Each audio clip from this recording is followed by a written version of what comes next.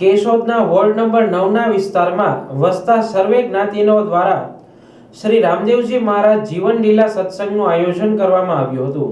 તારીખ 10 થી શરૂ થઈ તારીખ 16 સુધી યોજાયેલા કથા સ્થળે સુરત દત્ત ગિરિજી મહારાજ ગુરુ શિવ દત્ત ગિરિજી મહારાજે સંગીતમય શૈલીમાં રામદેવજી મહારાજ દ્વારા વિવિધ વ્યાખ્યાનોનું રસપાન કરાવવામાં આવ્યું હતું।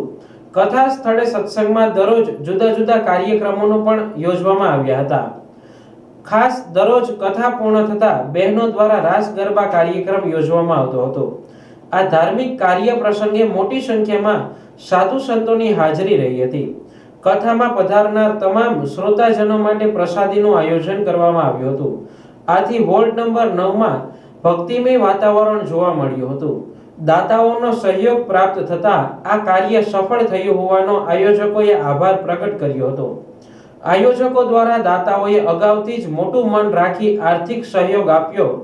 આવનારા સમયે આવા વિશેષ ધાર્મિક કાર્યક્રમ થાય તેવી આશા વ્યક્ત કરી હતી। મારું નામ જયેશગીરી પ્રભાતગીરી ગોસ્વામી। વોર્ડ નંબર 9માં અમારા તમામ સર્વે જ્ઞાતિઓ દ્વારા એક દિવ્ય અને ભવ્ય આયોજન રામદેવ પીર મહારાજની જીવન લીલા કથા સત્સંગનું આયોજન કરવામાં આવેલું હતું, જેમાં સર્વ જ્ઞાતિએ 18 વરણ ભેગા થઈ અને ખૂબ સરસ મજા આ કાર્યક્રમ દીપાવેલો હતો।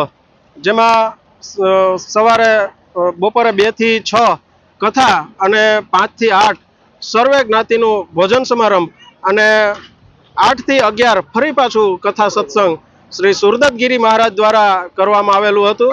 સુરદત્તગીરી મહારાજે રામદેવ પીરના જે કંઈ પરચા છે એ ખૂબ ભાવપૂર્વક અને સરળ શૈલીમાં સમજાવેલા હતા અને સર્વ શ્રોતાજનોએ ખૂબ એનો લાભ લીધેલો છે। અને આવતા વર્ષે આ જ કથામાંથી મહાશિવ પુરાણનું એક દિવ્ય અને ભવ્ય આયોજન કરવામાં આવેલું હતું, જેમાં પણ આજે લગભગ 2.5-3 લાખ જેવો ફાળો એકત્ર થયેલો છે। સૌ શ્રોતાજનો સાથે મળી અને આવતા વર્ષે પણ આવો દિવ્ય અને ભવ્ય આનંદ કરવાના છીએ અને સૌનો સાથ સહકાર, દરેક જ્ઞાતિનો આમાં સાથ સહકાર મળેલો છે એ બદલ આપ સૌનો ખૂબ ખૂબ અમે આભારી પણ છીએ અને આવતા વર્ષે આવો જ એક આનંદ આપણે કરવાના છીએ।